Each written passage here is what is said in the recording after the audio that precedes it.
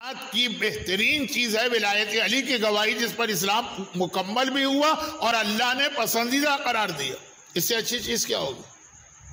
مگر آپ نماز کے تشہد میں یہ کہہ کے اس کو شامل کر لیں کہ بہت اچھی چیز ہے، تو کیا حرج ہے اگر اس کو ہم نماز میں شامل کریں؟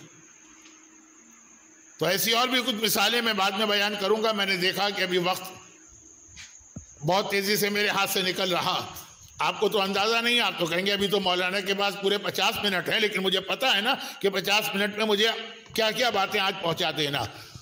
تو یہ جملہ یاد رکھیے گا کہ بعض اوقات کوئی چیز ہمیں بہت اچھی لگتی ہے تو ہم نے کہا اچھی چیز ہے نا، اس میں خرابی کیا ہے؟ اور اس کی بہترین مثال اس وقت یہ نماز کے تشہد کی مثال ہے۔ خیر، تو آقا حسین یہ خیال کرنے کے باوجود کہ میرا یہ جملہ نعوذ باللہ کہیں ایک عام آدمی اس سے اسلام کی توہین نہ لے لے کہ اسلام کو خدا حافظ، مگر یزید کا اسلام میں آ جانا اتنی بڑی خرابی ہے کہ آقا حسین اس کے لیے بھی تیار۔ اچھا، تو اب یہاں پہ ہمارے سامنے دو اسلام آ گئے۔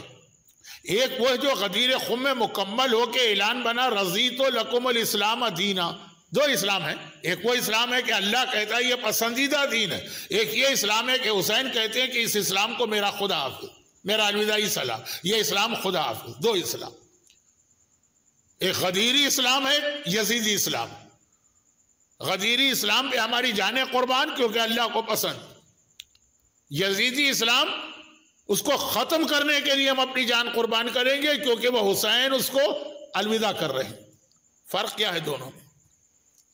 بھئی یہی سمجھانے کی کوشش کی جائے گی۔ کیوں؟ کہیں ایسا نہ ہو کہ لا علمی میں ذرا سی لاپرواہی میں ہم ذرا کیئرلیس ہو گئے